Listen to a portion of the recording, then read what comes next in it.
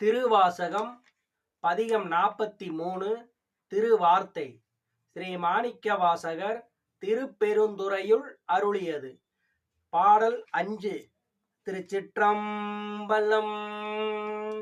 வந்திமையோர்கள் வணங்கி ஏத்த மா கருணை கடல் ஆயடியார் பந்தனை வெண்டர நல்கும் எங்கள் பரமன் பெருந்துரை ஆதி அண்ணால் உந்து திரை கடலை கடந்தன்று ஓங்கு மதில் இலங்கை அதனில் பந்தனை மேல் விரலாட்கருளும் பரிசறிவார் எம்பிரான் அவரே.